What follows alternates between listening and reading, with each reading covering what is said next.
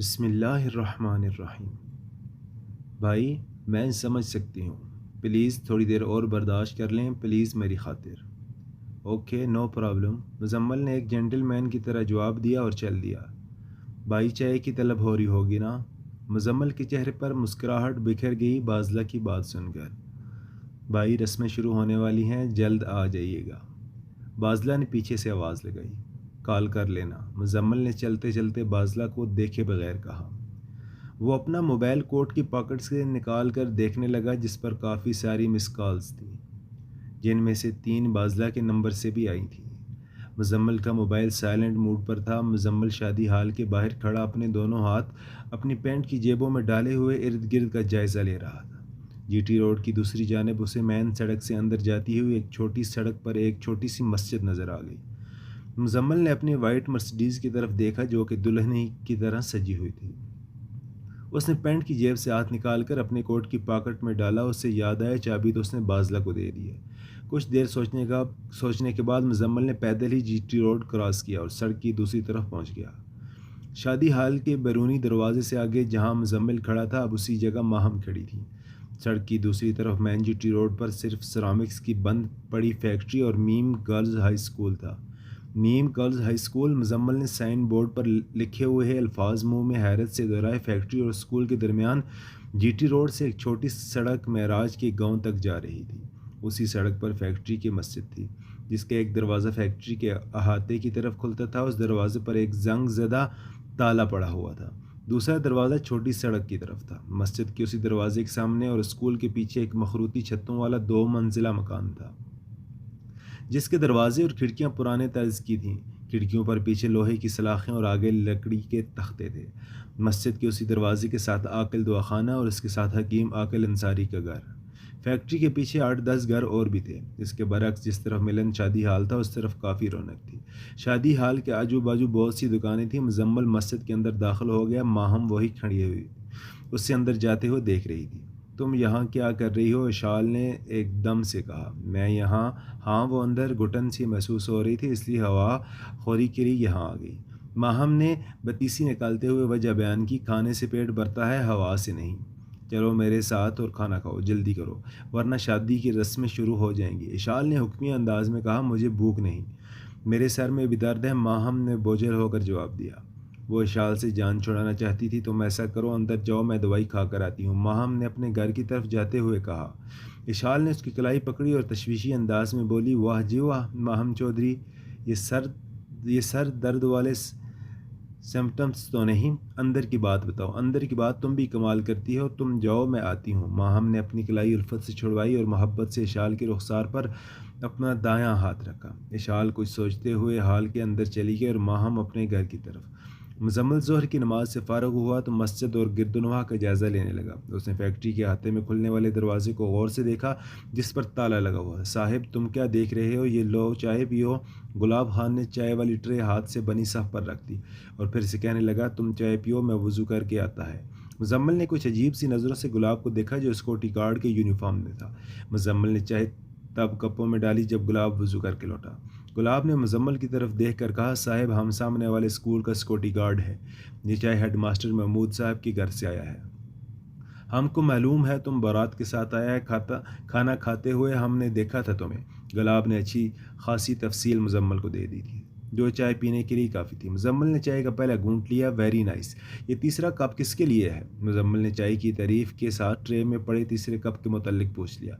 अपना हकीम साहब के लिए, गुलाब ने चाय का घूंट भरते हुए बताया। हकीम साहब, जिन्होंने बीनश बेटी का निकाह पढ़वाया था। अच्छा, वो मौलवी साहब? वो मौलवी नहीं है, वो तो हकीम है।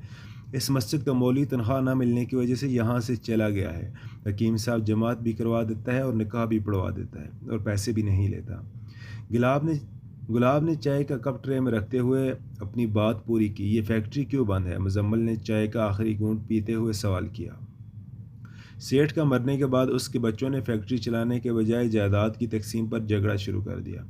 इस फैक्ट्री का अदालत में केस चल रहा है। मैं पहले इसी फैक्ट्री में सिक्योरिटी गार्ड था।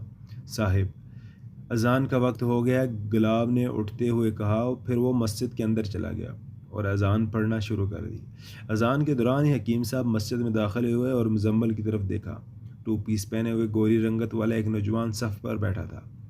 अजान के थोड़ी देर बाद गुलाब बाहर सहन में आया। हकीम साहब अंदर या बाहर? गुलाब ने हकीम साहब से पूछा। बाहर ही ठीक है। क्यों मुजम्मल बेग साहब? गुलाब यहीं मुसल्ला ले आओ। हकीम साहब ने दिसंबर की धूप की कदर की। आप मेरा नाम कैसे जानते हैं? मुजम्मल ने हैरानी से पूछा। बेग साहब, बड़े आदमी से पहले उसका चर्चा पहुंच जाता है। आप बासत के सेठ हो, 2 फैक्ट्रियों के मालिक हैं, मॉडल टाउन लाहौर में रहते हो। हकीम साहब, जमात का वक्त हो गया है। महताब ने इकामत कही और हकीम साहब ने जमात करवाई। 3 अफराद ने बाजमात नमाज अदा की। गुलाब ने दुआ मांगी और मस्जिद से जाते हुए कहा, हकीम साहब तुम्हारा चाय थर्मास में है, याद से पी लेना। हकीम साहब की चाय पीने के दौरान मुजम्मल से बातों में मशगूल रहे।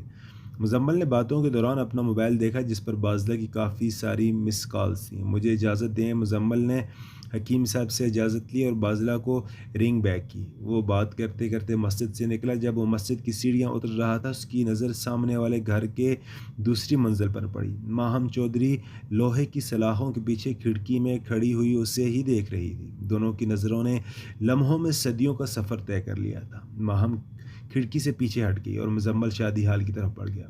सिर्फ एक नज़र उन दोनों ने एक दूसरे को देखा था। ये माहम कहाँ मर गई है? शाल एड़ियाँ उठा उठा कर इधर उधर देख रही थी। उसने माहम को कॉल भी की थी जिसका कोई फ़ायदा नहीं हुआ। वो इसलिए कि माहम का मोबाइल इसकी छोटी बहन मोमना के पास था।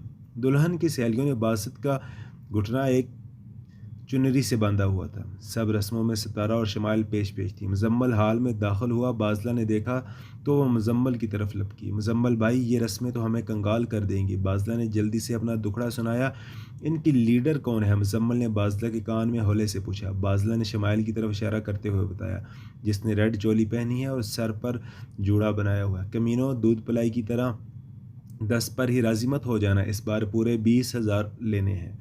शमाइल ने अपना इरादा बताया। मुजम्मल लड़कियों की तरफ चल पड़ा। सब लड़कियां शोर मचा रही थीं। 20,000, 20,000।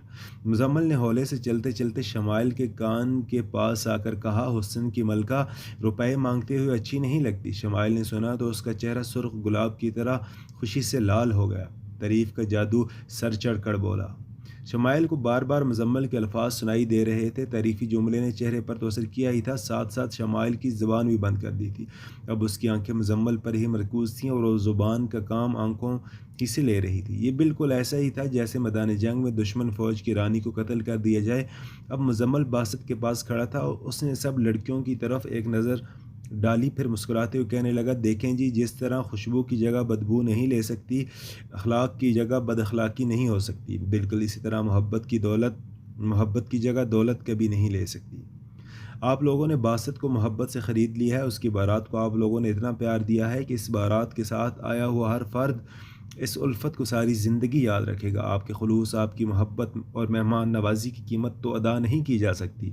हम तो आपकी मोहब्बतों का कर्ज उतार नहीं सकते। क्यों मिस, मैंने ठीक कहा ना? मुजम्मल ने उंगली के इशारे से तकरीर के आखिर में शमाइल को एक बार फिर मुखातब किया। शमाइल पर दूसरी ज़रब लगी।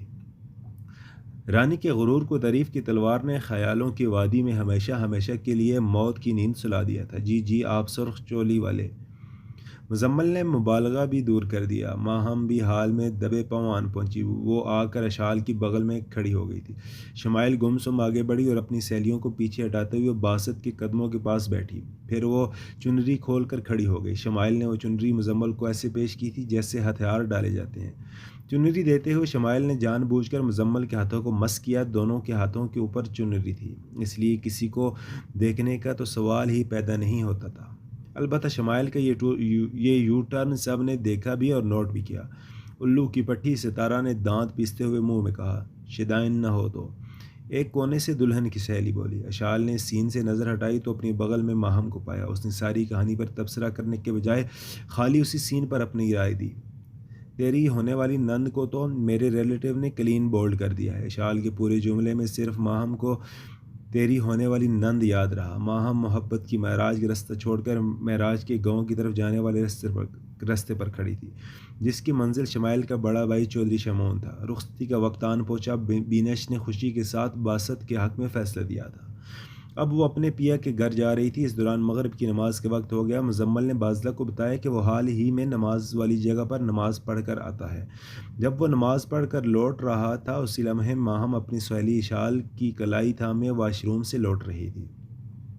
वो जल्दी से जल्दी रुख्सती वाली जगह पर पहुंचना चाहती थी। कॉरिडोर से गुजरते हुए उसकी टक्कर मुजम्मल से हो गई। माहम आगे थी और शाल पीछे। माहम ज़मीन पर गिर जाती अगर मुजम्मल के मजबूत बाजू से थाम न लेते। वो गिरने से तो बच गई, लेकिन उसके दाएं हाथ की सारी हरी चूड़ियाँ टूट गईं, जिसकी वजह से उसकी कलाई पर काफ़ी सारी खराशें आ गई थी। शाल ने अपना मोबाइल निकाला। मुजम्मल के बाजुओं के सहारे माहम लटकी हुई थी। दोनों ने एक दूसरे को करीब से जी भर के देखा।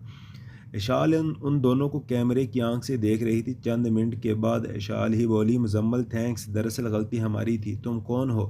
पहले भी तुमने मुझे ऐसे बुलाया था जैसे जानती हो। जानती तो हूँ, वो भी बचपन से। खैर छोड़ो वो बातें।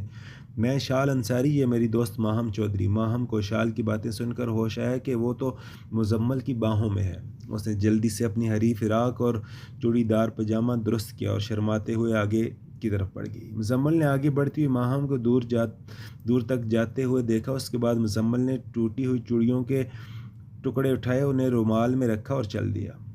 वो नज़र नहीं आ रहा, शमाइल ने गर्दन उठाकर इधर उधर देखते हुए कहा। जिसने तुम्हारा फ्यूज़ उड़ाया था? सितारा ने शरारती अंदाज से पूछा। हाँ हाँ वही, शमाइल ने बेताब होकर जवाब दिया। नज़र तो मुझे भी नहीं आ रहा। अरे वो रहा। अरे ये क्या? हाथ में तस्बीह, सितारा ने मासूमियत से कहा। अब तो उसने कोट की जेब में डाल ली है। क्रिकेट मैच की कमेंट्री छोड़ो और दुल्हन की कार की तरफ चलो। वो उसी तरफ ही जा रहा है। दुल्हन की नहीं, उसकी खुद की कार है, शमाइल ने संजीदगी से इतला दी। हाँ हाँ, खुद की कार की तरफ ही जा रहा है। तुम यहाँ से चलो। दूल्हा दुल्हन गाड़ी में बैठ चुके थे। बिल्किस बीबी और अपने बेटे और बहू के साथ पिछली सीट पर बैठी थी। मुजम्मल बेग का दूसरा ड्राइवर हनीफ सफ़ेद मर्सिडीज़ मिलन शादी हाल के सामने ही ले आया था। बाज़ला और हनीफ बाहर खड़े हुए मुजम्मल का इंतज़ार कर रहे थे। जैसे ही मुजम्मल आया, हनीफ ने दरवाज़ा खोला। मुजम्मल कार में बैठने लगा। इसी समय उसको सीढ़ियों से ऊपर शादी हाल के मेन दरवाजे से कुछ आगे माहम खड़ी हुई नजर आई। माहम का बायां हाथ उसकी दाईं कलाई पर था, जिस पर चंद खराशें आई थीं। माहम की भूरी बिल्ली जैसी आंखें उदास थीं। उसके बरक्स शमाइल की आंखों में चमक थी। इशाल ने एक नज़र माहम को देखा, फिर शमाइल पर नज़र डाली और आखिर में कार ड्राइव करते हुए मुजम्मल को देखा। कार इशाल के पास से गुजर गई थी। बस सामीन, ये थी हमारी आज की स्टोरी। नेक्स्ट वीडियो तक के लिए इजाज़त दीजिए। अल्लाह हाफ़िज़। अस्सलामु अलैकुम वरहमतुल्लाहि वबरकातुहू।